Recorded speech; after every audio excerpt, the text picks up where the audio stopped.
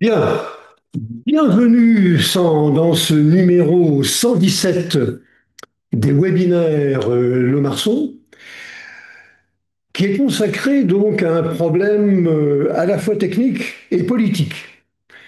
C'est la grande peur de l'an 2030, à savoir le moment que l'on craint où les ordinateurs quantiques seraient capables, grâce à des algorithmes adaptés, de casser l'ensemble des protections que nous avons établies pour protéger nos sites bancaires, nos informations personnelles, informations politiques.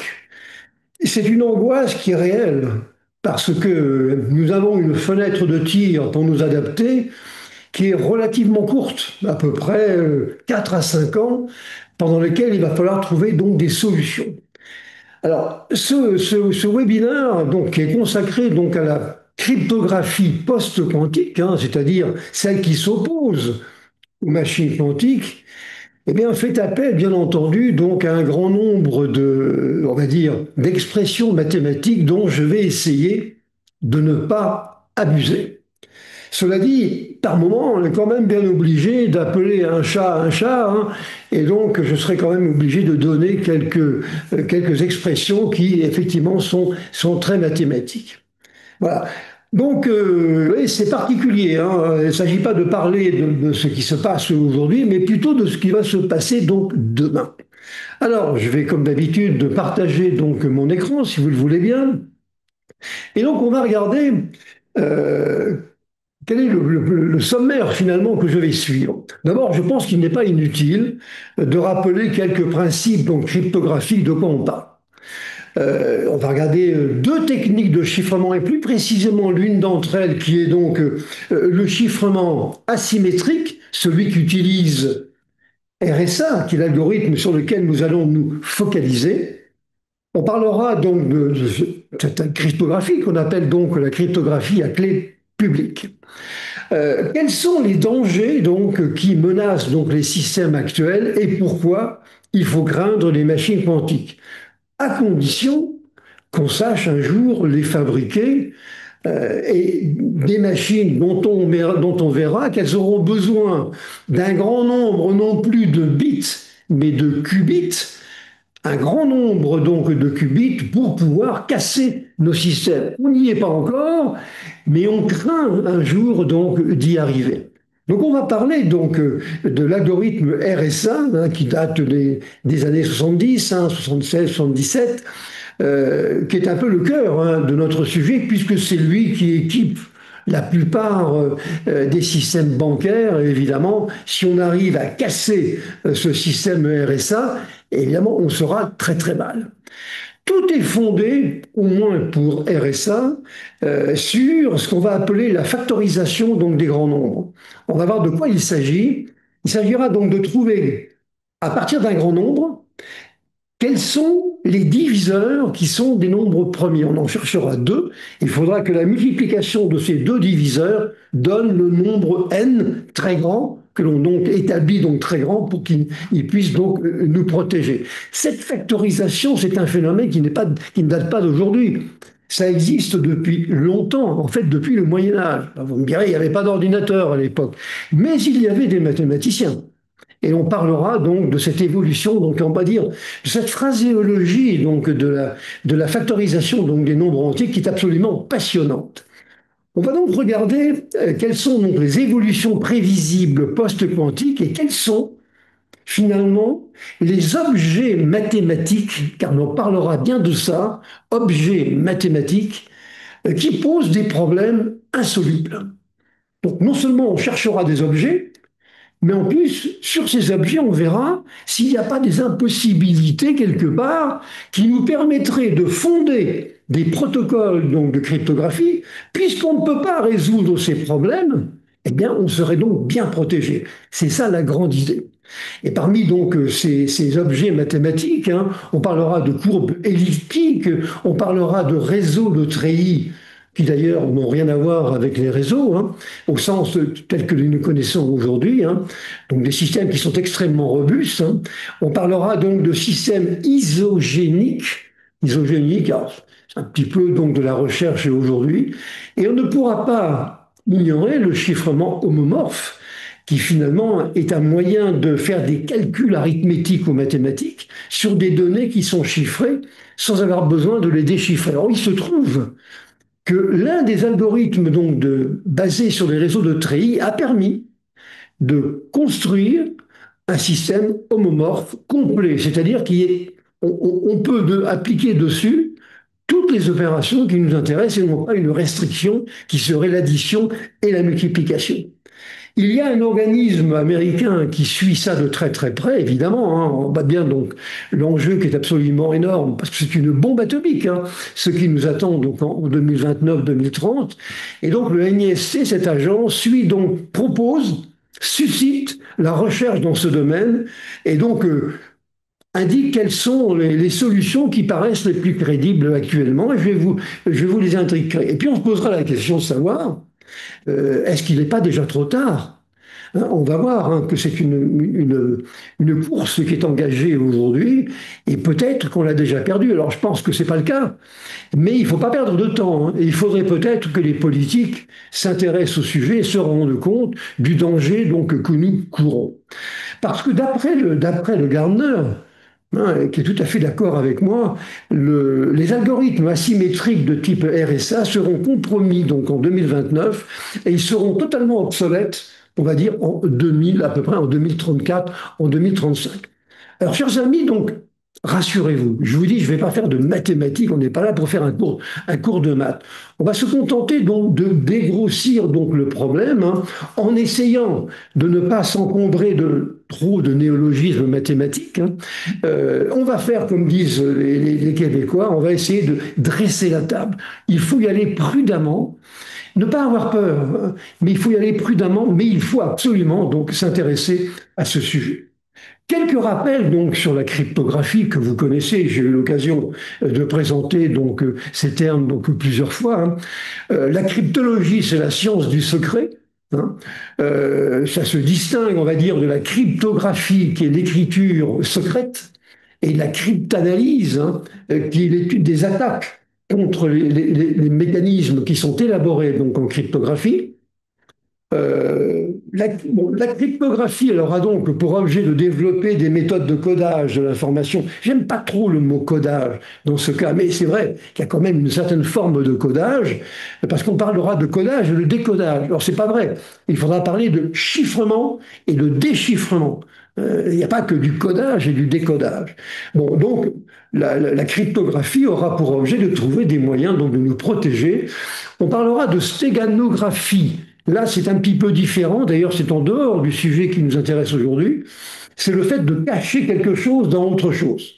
Donc, vous mettez un programme hein, dans une image. Bien sûr, vous ne la voyez pas. Et le programme n'apparaît pas en clair, évidemment.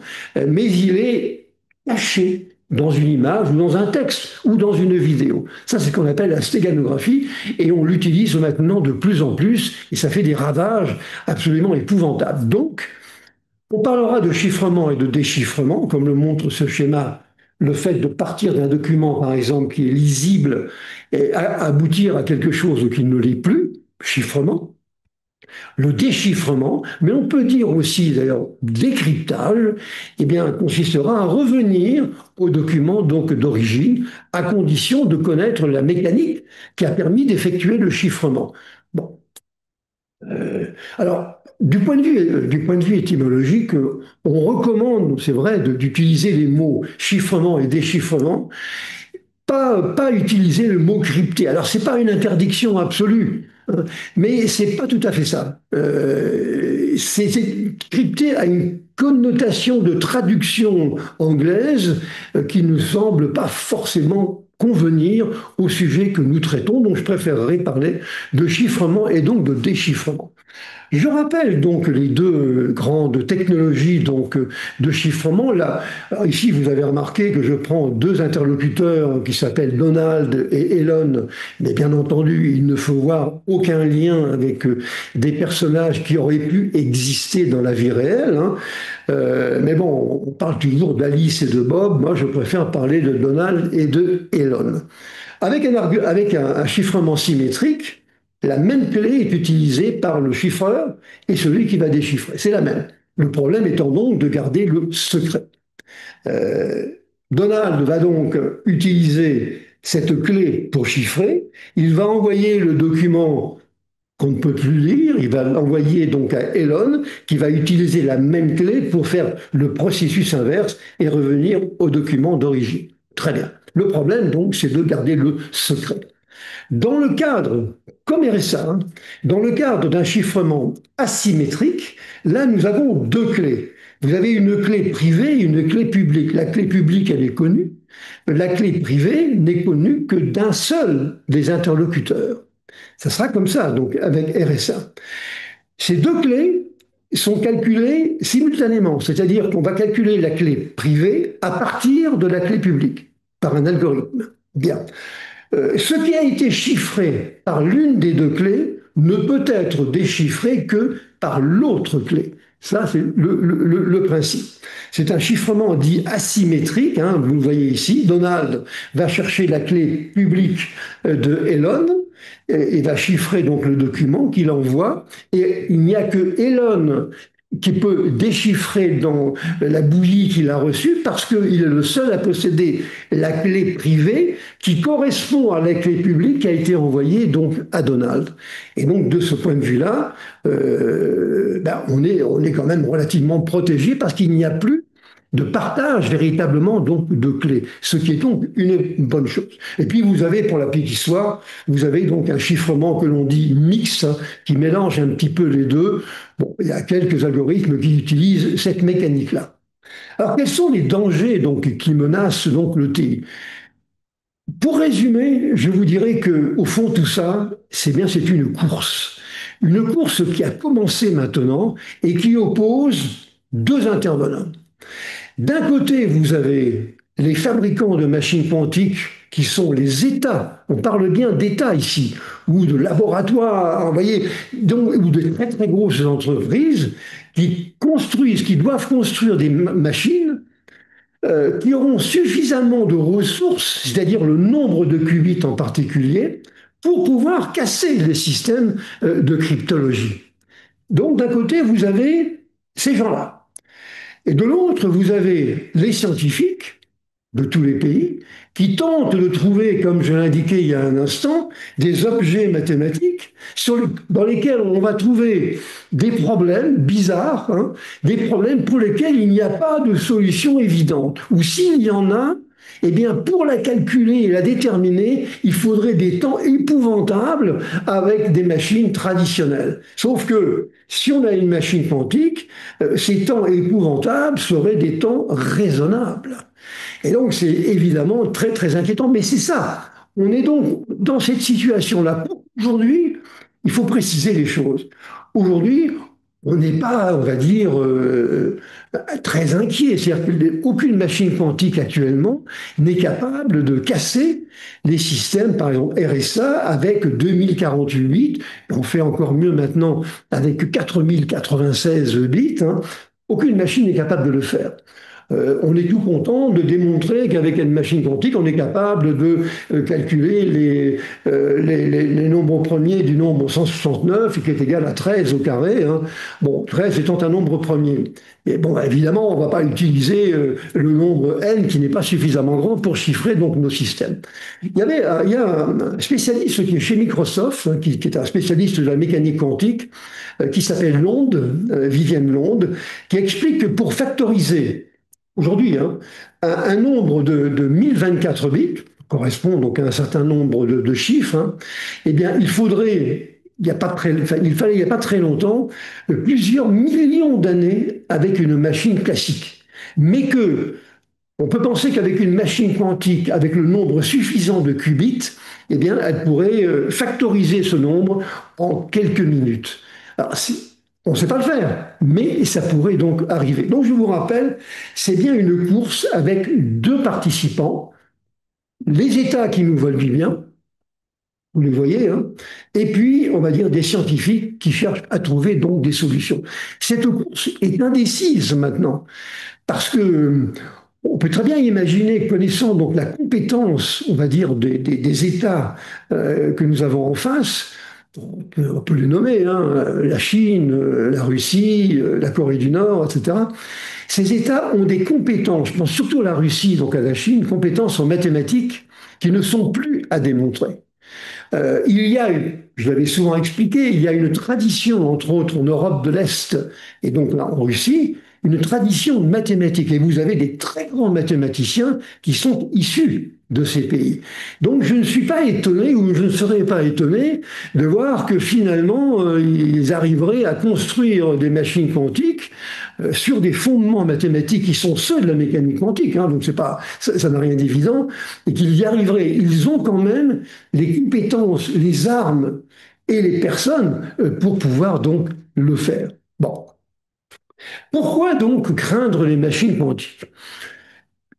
En gros, il y a une vraie raison. La raison, c'est ce qui est indiqué donc ici, c'est que vous n'avez plus, comme dans les systèmes binaires, vous n'avez plus les bits 0 et 1, mais vous avez maintenant des qubits. Or, c'est quoi un qubit? C'est soit un 0, soit un 1, soit une combinaison de 0 et 1, chacune de ces valeurs étant multipliée par une probabilité. Alors c'est pour ça qu'on parle de superposition probabiliste, c'est un peu compliqué comme terme, hein, donc d'état quantique. On parle de alpha 1 plus bêta 0, et vous voyez, donc ça, c'est donc un état quantique. Et il faut simplement que alpha 2 plus bêta 2 soit égal à 1. La différence entre ces machines, finalement, fondamentale, c'est laquelle?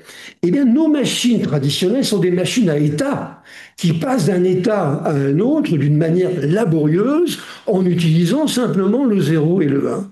Par contre, les machines quantiques disposent à un moment donné d'un très grand nombre d'états superposés, mais au même moment. Vous voyez, donc, elle dispose, cette machine quantique, d'un grand nombre d'états différents. Imaginez donc la puissance que vous pouvez donc détenir avec cette affaire-là.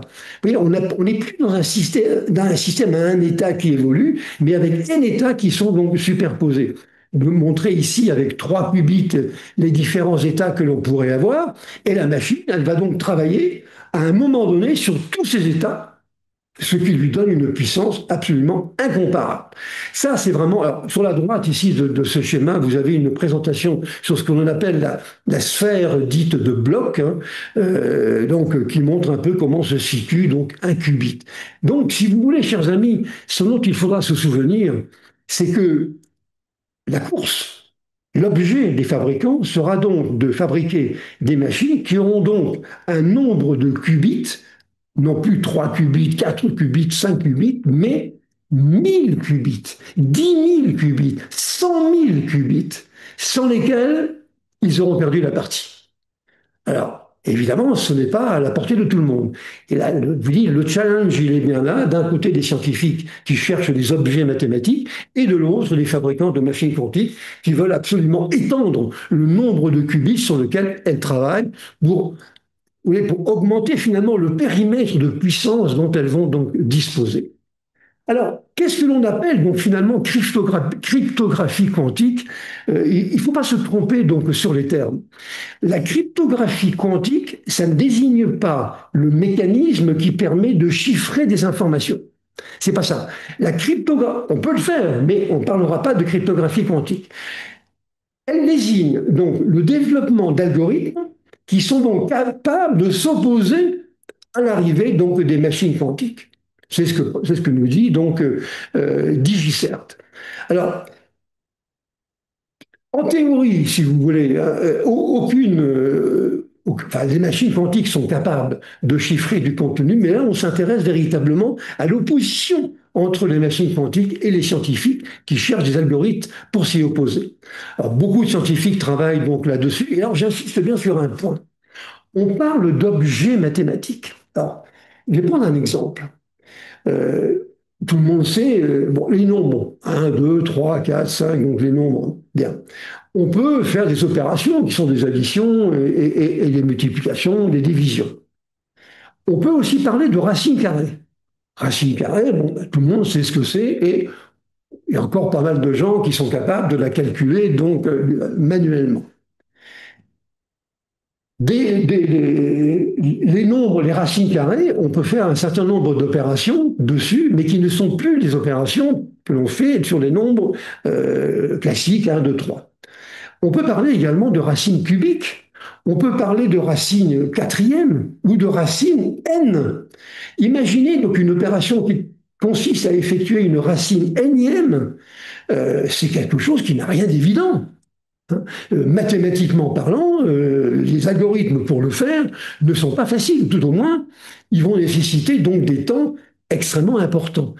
Eh bien, on pourrait donc partir de cet objet mathématique qui serait une racine énième de nombres dans lesquels on va trouver un problème mathématique sur ces objets pratiquement impossible à résoudre. C'est ça l'idée. C'est qu'on cherche des objets mathématiques et on essaie de trouver des problèmes que personne donc n'a jamais réussi à résoudre. Et c'est pour ça que je reprendrai l'exemple de la factorisation d'un grand nombre par des nombres entiers sur lesquels on travaille depuis des dizaines et des dizaines d'années, pour ne pas dire beaucoup plus. Bon, alors, donc, l'idée, ça sera de travailler sur on va dire des problèmes tellement compliqués que personne n'arrivera à les résoudre. Alors, quelles sont les pistes sur lesquelles nous travaillons donc actuellement? Quand je dis nous, il s'agit donc, bien entendu, des scientifiques. Alors, vous avez les treillis mathématiques, vous avez les courbes elliptiques sur lesquelles je reviendrai. On utilise également certains problèmes qu'on trouve dans les mécanismes de détection et de correction d'erreurs, qui sont très bien ficelés, et il y a quelques problèmes là-dedans qui ne permettraient pas de me protéger totalement, mais qui sont quand même pas mal. Vous avez également les fonctions de hachage. Je rappelle que le hash, c'est une empreinte. Je calcule un hash à partir d'un document ou d'un grand nombre. Je calcule un hash qui est moins encombrant et qui caractérise le document d'origine. Je ne peux plus revenir à partir du hash sur le document donc de départ. On s'en sert donc très régulièrement, et il y a aujourd'hui, pour s'opposer donc à la mécanique quantique, des algorithmes, par exemple Sphinx Plus, qui est proposé comme l'une des solutions qui pourrait donc être crédible pour s'opposer aux machines quantiques, en tout cas qui a la réputation d'être extrêmement solide. On va pouvoir également utiliser la cryptographie symétrique, c'est-à-dire cette fois-ci avec des clés tellement longues que le temps de traitement va être absolument gigantesque. On parlera aussi également de méthodes. Il y a des méthodes qu'on ne présenterai pas ici, parce qu'on ne peut pas faire un cours sur tout, mais les méthodes dites de congruence. Alors, je rappelle pour ceux qui auraient oublié donc les cours de maths de l'école que deux nombres sont congruents modulo n si la division de ces deux nombres par n donne le même reste. Or, il se trouve que sur ces congruences, sur des objets congruents, des nombres congruents, eh bien, on est capable de trouver des choses qui sont compliquées, qu'on n'arrive pas donc à les résoudre avec les moyens que nous connaissons aujourd'hui. On a également des outils, le domaine de l'analyse multivariée, qui consiste à utiliser un grand nombre de variables différentes qui toutes vont contribuer donc à, on va dire, à un objet, à un but commun. Et on pourra bien sûr parler d'homomorphisme, mais ça, j'aurai l'occasion donc d'y revenir. Quand on regarde un petit peu l'état d'esprit des cryptographes aujourd'hui, ils sont quand même très inquiets, et beaucoup plus inquiets que les politiques. Parce que je sais pas, imaginez par exemple que notre cher ami Poutine avait ça entre les mains, eh bien il serait capable, c'est une bombe atomique, il serait capable de tout casser. Hein, et donc plus aucune habilitation, plus aucune identité, plus un compte courant bancaire ne serait donc protégé. C'est quand même, il y a de quoi être effrayé, hein. D'où ce que je disais tout à l'heure, à savoir, je ne comprends pas les politiques qui ne sont pas plus inquiets que ça. Moi, je crois qu'il faut quand même être très inquiet. Alors, juste quelques mots maintenant sur RSA. RSA donc, est un algorithme asymétrique qui a été donc créé en 1977, donc ça fait donc un certain temps maintenant, et qui est donc un algorithme à clé publique, hein, avec donc deux clés, une clé publique et une clé privée. c'est un algorithme donc asymétrique. Et alors, ce qu'il faut voir là-dedans, je vous ai mis ici la mécanique détaillée du fonctionnement de l'algorithme RSA entre Donald et puis Elon. Elon voulant envoyer donc à Donald ici un chiffre, mais ça peut être aussi une phrase découpée, chacun des éléments correspondant à un chiffre. Donc il s'agit d'envoyer ce chiffre sans lui donner la possibilité de retrouver la clé, hein, qui n'apparaît pas en clair, et de ne pas retrouver, puisque l'algorithme est fondé sur un grand nombre, ce fameux grand nombre. En fait, si vous voulez, en gros, on va partir d'un très grand nombre, un nombre n avec 500 chiffres derrière. Attendez, on n'est pas sur des petites choses, hein, 500 chiffres derrière. À partir de ce nombre n, on va essayer donc de déterminer, c'est ça l'objet donc de l'algorithme, quels sont les nombres premiers qui, multipliés l'un par l'autre, redonnent ce grand nombre. À partir de ce grand nombre n, alors il y a toute une série de calculs mathématiques que vous pourrez donc regarder si cela vous intéresse. Et donc, ça arrive chez Elon qui reçoit un certain nombre d'éléments, hein, avec lesquels il va donc chiffrer le chiffre ou la phrase ou le document donc qu'il veut envoyer. Mais il n'a pas la clé. S'il veut déterminer la clé, eh bien, il doit revenir donc au nombre P et Q, hein, qui sont les deux nombres du départ, et donc calculer quels sont les nombres premiers dont la multiplication permet d'obtenir le nombre n. Or, ça, pour des grands nombres, c'est quelque chose qui est pratiquement impossible. On croyait impossible en tout cas, parce que maintenant, on commence à se dire qu'avec les machines quantiques, ce serait quelque chose qui serait donc, que l'on pourrait résoudre.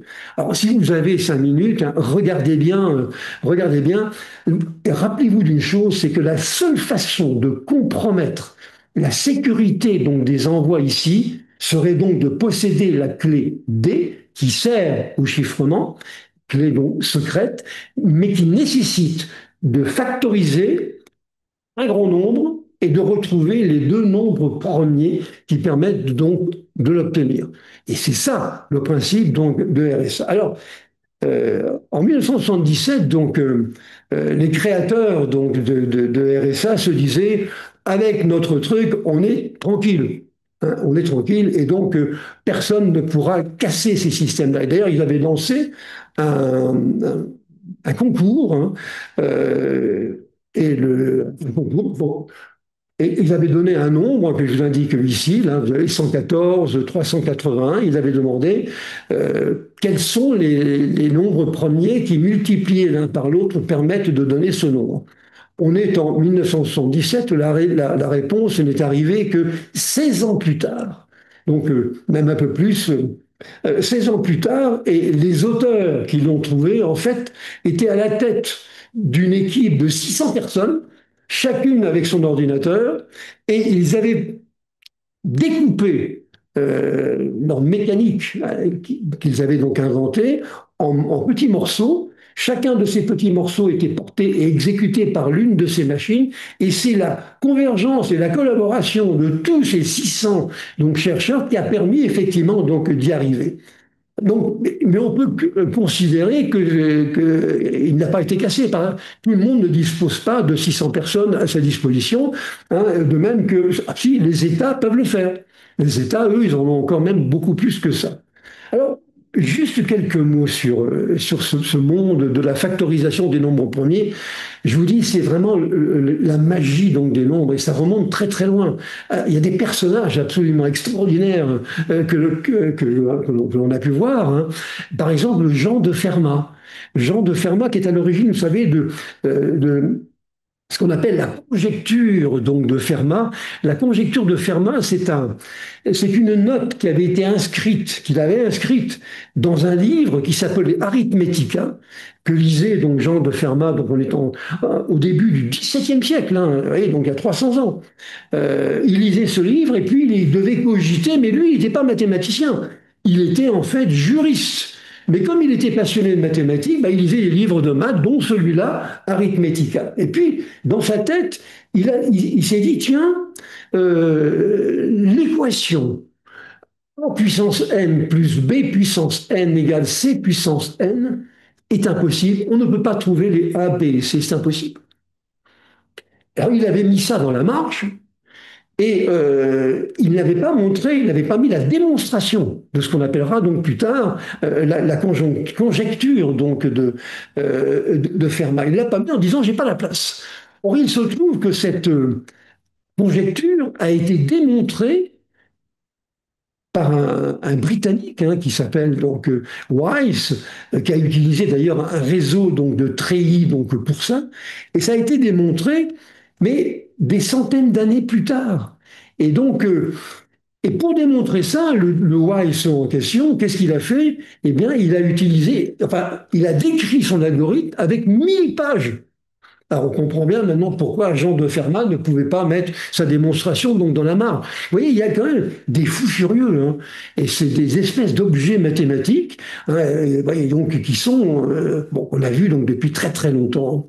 Alors je vous ai mis ici en bas une partie donc des nombres premiers, et je vous ai mis également donc l'adresse l'URL d'une calculatrice qui vous permet de calculer les nombres premiers. Par exemple, 5 208 311, eh bien, il va vous dire que ce sera la multiplication de 2857 par 1823, et ça se fait instantanément jusqu'à un certain nombre des valeurs qui ne sont pas trop importantes. Mais 5 208 311, c'est 7 chiffres. C'est pas beaucoup. Alors que dans RSA et dans les mécanismes asymétriques, on va se servir de nombres qui vont comporter 200, 300, 400, 500 chiffres. Alors là, c'est plus du tout la même chose, hein. Alors, juste pour l'anecdote, je voulais rappeler ce qu'était la machine d'Eugène, donc Carisson. Alors, il y a un militaire, car il était officier militaire, c'était au début du siècle, du XXe siècle, il avait construit une machine avec 14 roues donc dentées et qui donnait les facteurs premiers d'un grand nombre. Alors, on pourrait trouver donc la description de cette machine qui est absolument hallucinante, hein. Et il y avait une manivelle, il fallait tourner la manivelle un certain nombre de fois pour retrouver donc ces nombres entiers. Alors pour des nombres pas trop importants, ça allait, avec 2 ou 3 tours de manivelle, ça allait, mais pour des nombres très élevés, il fallait tourner pendant 3 semaines. On risquait quand même d'avoir quelques soucis de ce côté-là. Mais on est dans un monde de fous, hein, un monde de fous, mais il est, à mon sens, très significatif, très caractéristique des mathématiques, hein, et des objets mathématiques et des gens que l'on va donc croiser dans notre cheminement. Alors, RSA, donc, eh bien, progressivement a augmenté. On a augmenté donc le nombre de chiffres du grand nombre, hein, donc le nombre de chiffres. Euh, Au début, on en avait peu. Après ça, on est passé à RSA 250. Maintenant, on est à RSA 2048. Voilà. Et tout, la difficulté étant de trouver donc les facteurs premiers de ces grands nombres. Alors, simplement pour préciser, quand vous regardez la liste donc des nombres, enfin, des différentes, on va dire, versions en fait, de RSA, pendant longtemps, on a simplement compté, ça correspondait, le nombre, mettons 250, correspondait au nombre de chiffres du fameux nombre grand N qu'il fallait factoriser. Après, on a utilisé les bits. C'est-à-dire que RSA 2048, c'est le nombre de bits que nécessite le grand nombre à factoriser, à ce détail près. Vous voyez par exemple ici que RSA 2048, hein, qui correspond à 617 chiffres décimaux, eh bien voilà le nombre qu'il faut factoriser. Voilà, il fait quand même 6 lignes, hein. Ça n'a rien donc d'évident. Et on ne peut pas le faire avec des moyens classiques. Je vous rappelle, hein, ce que je disais, c'est que actuellement, il n'y a pas, on va dire, urgence à demain matin. Mais l'urgence, elle se situe donc en 2029 et 2030, parce que si les machines quantiques cassent ça en quelques minutes, voire en quelques jours, là, le danger sera donc très important. Bon. Alors, quels sont ces fameux objets? Je vous rappelle, des objets mathématiques qui ont des propriétés absolument bizarroïdes, et donnent lieu à des problèmes qu'on n'arrive pas à résoudre. Par exemple, les courbes elliptiques. Alors, les courbes elliptiques, ce qu'on appelle aussi les courbes de Weierstrass, qui est le nom d'un mathématicien allemand donc, du 19e siècle, Une courbe elliptique, c'est une fonction qui s'écrit y2 égale donc x3 plus ax plus b. Bien. Quand on représente avec les différentes valeurs donc de A et B, mettons à deux dimensions ici, quand on représente cette courbe elliptique, on obtient des choses telles que celles qu'on voit ici, donc à gauche. Alors vous avez une courbe bizarre avec une espèce vous voyez, une courbe qui change complètement ici avec on va dire une bosse. Mais certaines courbes elliptiques sont telles que le x3 moins 6x plus 2. Vous voyez, elle comporte deux parties. Vous avez une partie à droite et puis vous avez une partie centrale. C'est assez bizarre. Bon. Il y a un algorithme. Alors, vous allez voir, il y a donc un objet, il y a un problème avec ces courbes elliptiques qui est pratiquement donc insoluble à résoudre. Et il y a euh, un algorithme qui est très utilisé donc aujourd'hui, qui se sert de ça, qu'on appelle donc ECC, et qui permet entre autres de fiabiliser et de protéger des communications sans fil telles que Bluetooth, le NFC hein, dans la distribution ou le Wi-Fi ou Wi-Fi en français. Mais aussi également d'ailleurs pour des systèmes de paiement, pour des crypto-monnaies, des cartes à puce, etc. Alors, ce qu'il faut voir, c'est que vous avez des objets mathématiques. Ici, ce sont des fonctions.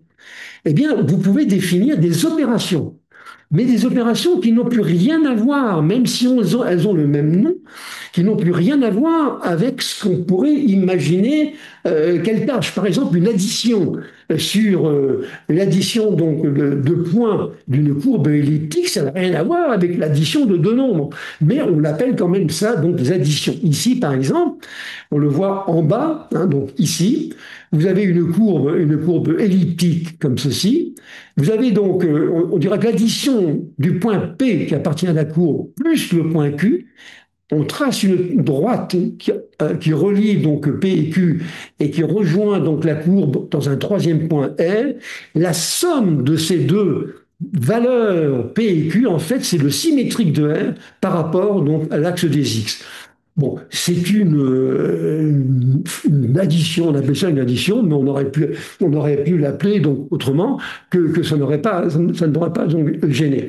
Bien, il faut savoir que ECC d'ailleurs a été normalisé donc par le NIST, donc ce qui le crédibilise. Comme je vous l'ai dit tout à l'heure, eh bien c'est cet algorithme, on va dire elliptique, qui a servi donc à démontrer donc la conjecture de Fermat. Donc, alors pourquoi donc cette cryptographie elliptique est aussi donc performante et protectrice? Eh bien tout simplement parce que il y a un problème qu'on n'arrive pas à résoudre. Connaissant un point P de la courbe et connaissant une valeur K, on ne sait pas trouver le point Q tel que P égale K multiplié par Q. Mais K multiplié au sens de la multiplication donc dans un cryptage elliptique, ce qui est évidemment très différent. On sait le faire, mais alors ça demande des calculs qui sont donc considérables. Vous voyez, donc ça nous protège, parce que n'oubliez jamais une chose, c'est que là, j'ai représenté donc mes courbes dans un espace à deux dimensions, mais en fait, l'espace est à une dimension. Imaginez avec 100 000 dimensions, imaginez donc ces courbes, ce que peuvent représenter donc ces courbes. On est dans des mondes complètement à part. C'est très abstrait, on va dire, donc comme approche. Et d'ailleurs, c'est l'une des difficultés que nous avons pour pénétrer donc ces systèmes. Bien. Alors, il y a un chiffre quand même qui est intéressant là-dessus, qui est le suivant. D'après un mathématicien néerlandais qui s'appelle Arjen donc Lenstra, l'énergie hein, nécessaire pour casser une clé RSA de 228 bits suffirait pour faire bouillir une cuillère d'eau. De la même manière, l'énergie nécessaire pour casser une clé ECC fondée donc sur des courbes elliptiques de 228 bits serait la même que pour faire bouillir toute l'eau de toute la planète. Vous voyez donc, pour comparer un tout petit peu donc, RSA avec une cryptographie elliptique. Évidemment, c'est donc on va dire un objet, la courbe elliptique, l'objet et les opérations que l'on peut monter dessus peuvent donner lieu à des problèmes qui sont non, absolument insolubles par les moyens que nous avons maintenant. Deuxième objet mathématique qui est tout à fait étonnant, ce sont donc les réseaux de treillis. Alors les réseaux de treillis que je représente ici à deux dimensions, mais il faut imaginer ça, enfin imaginer on peut pas, mais disons à n dimensions, hein, c'est une distribution de points d'une façon homogène par rapport, donc, on va dire, à une origine. C'est ce qui est montré ici sur ces schémas, ici en haut à droite. Vous avez une origine et vous avez une base. Une base, c'est un certain nombre de points qui correspondent donc à des vecteurs à partir desquels on peut déduire n'importe quel point du treillis. Le treillis ayant la caractéristique d'être infini. Il y a une infinité de points. Alors, qui dit infini, on ne peut donc pas faire la liste des caractéristiques de chacun des points. On ne peut donc que les calculer. Or, pour les calculer, on va donc se servir d'une base et euh, il y aura toujours plusieurs bases, hein, je vous dis toujours, pour représenter les choses dans n dimensions, il y aura plusieurs bases, certaines seront bien adaptées et d'autres le seront moins. On parlera d'ailleurs beaucoup d'orthogonalité, donc des vecteurs qui vont constituer donc cette base. Bien, et il va y avoir des problèmes pratiquement insolubles qui sont fondés sur ces réseaux de treillis, et j'y viens dans un instant. Il y a un algorithme qui s'appelle N-True, donc Encrypt, qui est à clé publique et construit sur un problème qui s'appelle le SVP, c'est-à-dire le vecteur le plus court dont je vais parler dans un instant, qui a été normalisé. Hein, c'est I3E, donc P1363, et pour le monde financier, c'est X.9.98. Disons que l'avantage de cet algorithme, qui est donc fondé sur les treillis, c'est qu'il est pas très consommateur, il ne demande pas trop de mémoire et donc il est adapté à des objets physiques, par exemple les capteurs dans les IoT, voire des mobiles ou des choses comme ça. Oui, il y a une certaine correspondance, on va dire, entre ce type d'algorithme et les objets physiques que l'on veut protéger. Alors, les réseaux de treillis, hein, ou les treillis, euh, c'est une aubaine pour la cryptographie. Pourquoi? Parce que vous avez donc des problèmes mathématiques qui sont pratiquement insolubles. Je vais donc en prendre un, donc SVP dont on vient de parler par exemple, c'est la recherche du vecteur le plus court. Alors vous êtes donc dans votre espace à une dimension qui est infinie. Vous avez choisi donc une base, mettons, avec n, un certain nombre de vecteurs, deux, trois ou quatre vecteurs, et à partir de là, vous allez pouvoir en déduire n'importe quel autre vecteur. Bien. D'une façon compliquée, hein. Alors, je vous demande, dans un espace à une dimension, quel est le vecteur le plus court qui part de l'origine pour aboutir à, vous voyez, pour aboutir à un point donc, du treillis, le vecteur étant le plus court. Ça paraît évident, ça. Ça paraît évident quand vous n'avez que deux dimensions, mais quand vous en avez n et que le réseau est infini, eh bien le problème est pratiquement insoluble. Et donc, on va baser, c'est ce qu'a fait ce Encrypt, donc le système dont je vais vous parler il y a un instant. Donc, il va fonder son protocole de cryptographie sur cette quasi-impossibilité matérielle de pouvoir donc trouver on va dire ce vecteur le plus court. Mais il n'y a pas que celui-là. Vous avez par exemple le CVP. Là, on dira quel est le vecteur le plus proche, non plus par rapport à l'origine, mais par rapport à un autre point de l'espace de treillis. Oui, donc c'est plus pareil, hein, ça ressemble si vous voulez. Là aussi, c'est quelque chose qui est extrêmement compliqué, très compliqué, donc extraordinairement complexe donc à traiter par des machines classiques. Et puis vous avez également SVIP, qui est ce qu'on appelle la procédure d'itération de la plus petite valeur, bon, qui est en fait qui est censé améliorer et faciliter le calcul avec SVP. Bon, le, les courbes elliptiques, il y a, alors on disait, on a parlé d'un algorithme, mais vous avez d'autres algorithmes qui se servent de ça, les courbes, les treillis par exemple. Alors MLDSA est une suite cryptographique qui est fondée sur les treillis, qui est fondée sur l'apprentissage avec erreur. C'est-à-dire qu'on introduit une erreur dans les vecteurs. Les erreurs vont respecter une distribution dite de probabilité. Très bien. Et donc, l'apprentissage avec ces erreurs consistera à trouver le vecteur, on va dire le vecteur donc secret responsable de la production donc des erreurs. On va introduire une erreur, mais après ça, on va essayer de la retrouver dans un espace à une dimension. C'est un problème très délicat, mais l'algorithme AML-DSA existe aujourd'hui et il a été donc standardisé. Vous avez également ML-KEM, donc, qui existe, qui est même le plus connu et le plus utilisé maintenant. Vous avez FNDSA, là on fonde l'algorithme sur ce qu'on appelle les transformés de Fourier, et qui est très apprécié dans les signatures électroniques maintenant.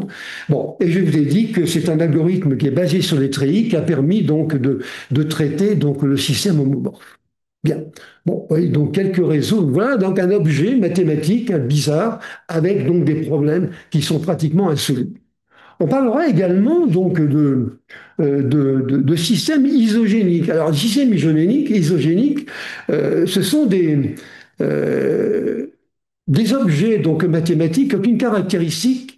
Ils sont différents par une seule mutation. Par exemple, vous prenez des cercles concentriques, donc qui ont le même centre. Eh bien, les cercles diffèrent les uns des autres de quoi? Par la distance, par la taille donc du rayon. Ce sont donc des isogénies. Les cercles sont des objets, ou les sphères sont donc des objets isogéniques. Alors, moi, je préfère dire ça, même si c'est un peu un raccourci un peu saisissant et que l'on pourrait contester, parce que les mathématiques vont vous dire que l'isogénie, c'est un morphisme surjectif et de noyaux finis entre variétés abéliennes.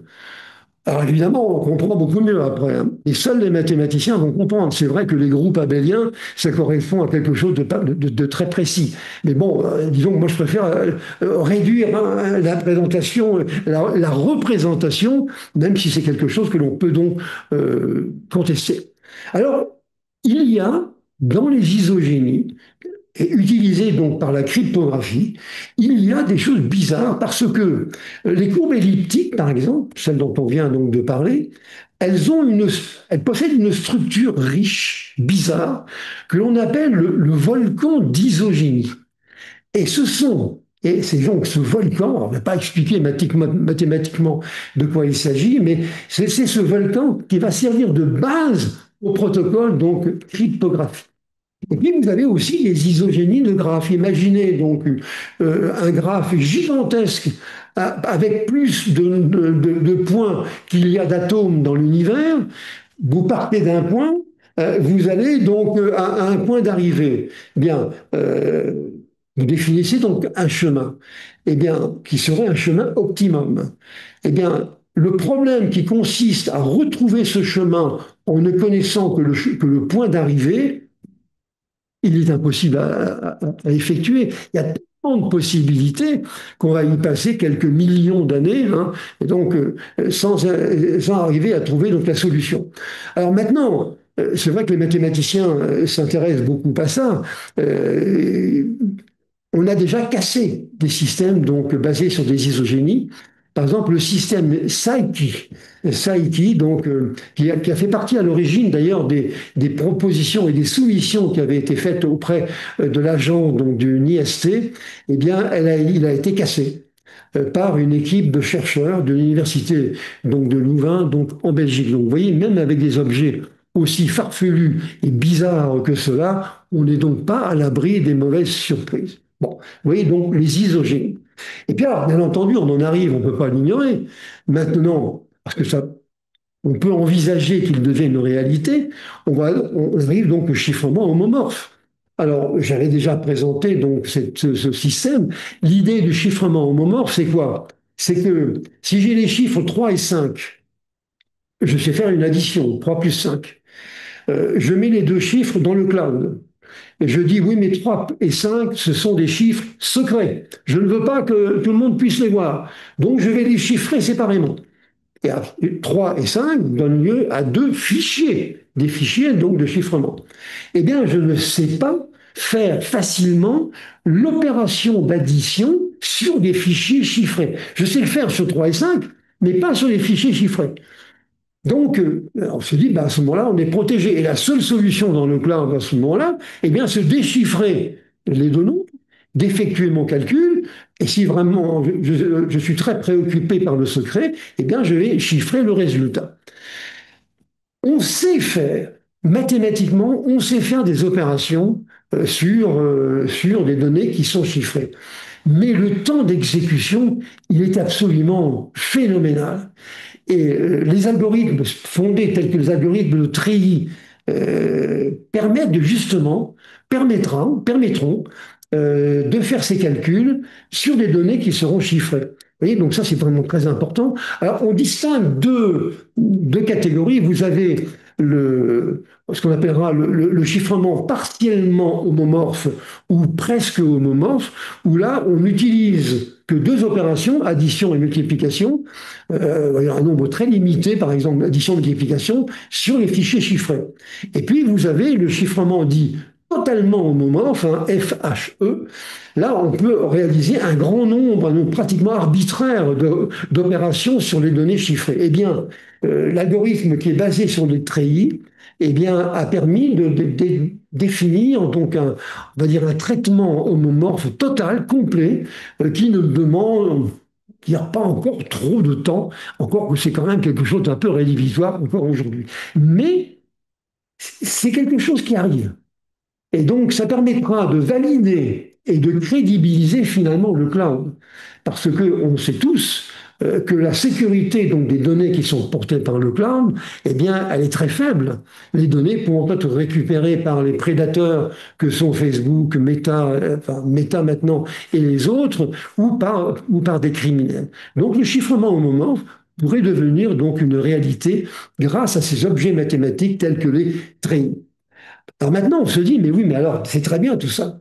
Mais pendant ce temps-là, les Chinois et les Russes, ils avancent et ils font des machines quantiques qui sont de plus en plus puissantes. C'est vrai, c'est vrai, mais il faut quand même raison garder et regarder et voir quels sont les chiffres devant lesquels nous sommes et il faut donc être concret. D'abord, les Chinois ont dit qu'ils avaient cassé une clé RSA de 2048. Personnellement, j'en ai pas la preuve. Les publications scientifiques manquent de preuves sur ce sujet. C'est peut-être de la propagande, comme toujours, hein. Mais pourquoi pas? C'est pas impossible, hein. Alors, pour voir à quoi on a affaire, eh bien, il faut regarder que la factorisation donc d'un nombre entier de n bits nécessite un ordinateur quantique parfait de 2 n qubits. Si vous avez, mettons, 500 bits, il vous faut une machine quantique de 1000 qubits. Mais je parle de machine parfaite, c'est-à-dire qui ne fait pas d'erreur. Le problème, justement, d'une machine quantique, c'est qu'elle en fait un tas d'erreurs et qu'on est obligé d'ajouter dans la machine des portes logiques par centaines de milliers pour détecter les erreurs et les corriger. Et donc, on dira que si vous voulez détecter les erreurs et les corriger, il faudra donc multiplier le nombre de qubits par 10, par 100, voire par 1000.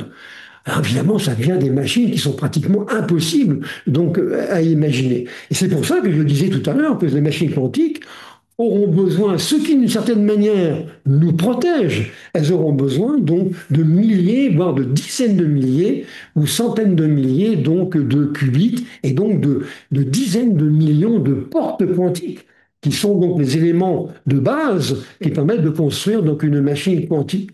Bon, d'ailleurs, Google donne un chiffre qui me paraît intéressant, hein. Il dit que casser une clé 2048 donc RSA, avec un ordinateur quantique de moins d'1 million de qubits, ça demanderait à terme moins d'une semaine. Mais vous voyez, 1 million de qubits, on est quand même à des chiffres énormes. Mais regardez maintenant le schéma et l'image qui est ici à droite. On vient de voir que le nombre de qubits dont vous avez besoin pour tenir compte justement de la détection et de correction des erreurs, il est multiplié par 1000 par rapport à une machine parfaite. Mais regardez également la consommation électrique. Une infrastructure physique, vous voyez, de 1000 qubits, c'est d'abord 10 millions de dollars, ce qui n'est pas négligeable, mais c'est aussi 50 000 watts. Et puis, on va dire que une machine euh, qui permettrait donc d'aboutir donc à ce que nous cherchons, car RSA donc 2048, on veut casser RSA 2048, et il faut donc avoir une machine qui consommerait 100 mégawatts et dont la taille en hauteur est deux fois celle de la tour Eiffel. Donc, évidemment, on est à des chiffres qui aujourd'hui nous font peur. On peut penser qu'on va être à l'abri pendant quelque temps, mais il ne faut pas être trop optimiste de ce point de vue-là. Pour l'instant, il y a encore quand même un écart qui nous protège, mais on ne sait pas ce que ça pourra donner dans quelques années. Alors, les choix qui ont été faits donc en termes de standards par le NIST, donc qui est l'Institut national des standards et de la technologie donc américaine, c'est un petit peu on va dire, le chef d'orchestre hein, de la cryptographie. Hein. Alors, le NSC, je vous avais dit qu'en 2016, il avait donc lancé donc un concours hein, pour susciter donc des recherches dans ce domaine et donc pour élaborer des standards susceptibles de s'opposer, on va dire, à la vague quantique. Hein. En 2024, donc c'est récent, trois algorithmes ont été retenus. Alors c'est MLKM, pardon, qui est le plus important, qui est utilisé à la fois pour le chiffrement et l'échange de clés. Vous avez MLDS1, donc pour la signature électronique, et puis vous avez le fameux SLH, donc DSA, donc Sphinx que j'évoquais tout à l'heure, qui est une solution alternative à ces deux-là. J'indique un peu ce que sont ces systèmes donc en dessous. Hein. Euh, alors, c'est pas très évident de s'y retrouver. Alors, de temps en temps, si vous avez 5 minutes à perdre, on peut aller regarder donc, où on en est du côté de la NIST. C'est toujours très intéressant de savoir si on est dans la ligne du parti ou au contraire, on n'est pas dans le sillon que l'on devrait suivre. Alors, la question pour terminer ma présentation, c'est est-ce qu'il n'est pas déjà trop tard? Hein. Est-ce qu'ils sont on va dire, est-ce que les algorithmes nouveaux sont une arme, on va dire, absolue contre les machines quantiques? Hein. Alors, on ne s'est pas assez inquiété sur la capacité qu'auraient les États donc de casser les protections donc connues. On ne s'est pas assez inquiété de ça. Hein. Et je pense que c'est une erreur. Parce que je vous dis, on a une fenêtre de tir que à peu près de 5 ans, probablement moins. Hein. Et donc, ça peut être très, très inquiétant. Et il ne faudrait pas se réveiller donc trop tard.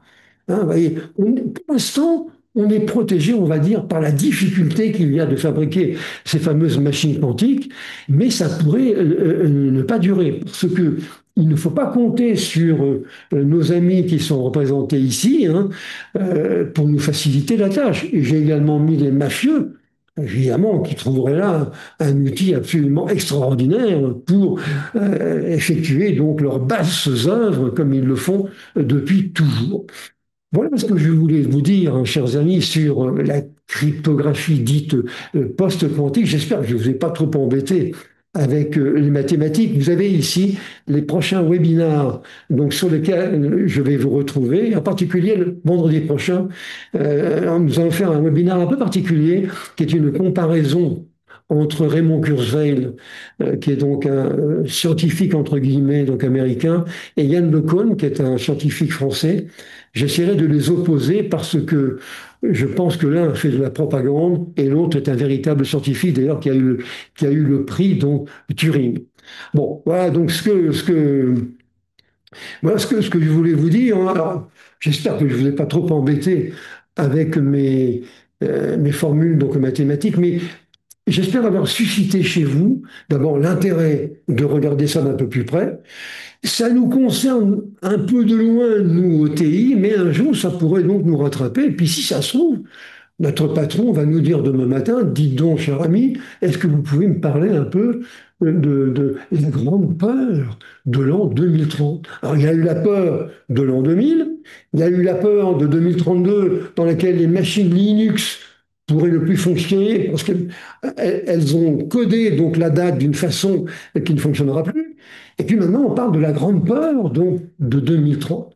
Donc il faudrait peut-être l'expliquer, c'est ce que j'ai essayé donc de faire. Je vous remercie donc de votre attention et j'espère vous retrouver donc la semaine prochaine pour parler de Raymond Kurzweil et de Yann LeCun. Merci encore, à bientôt.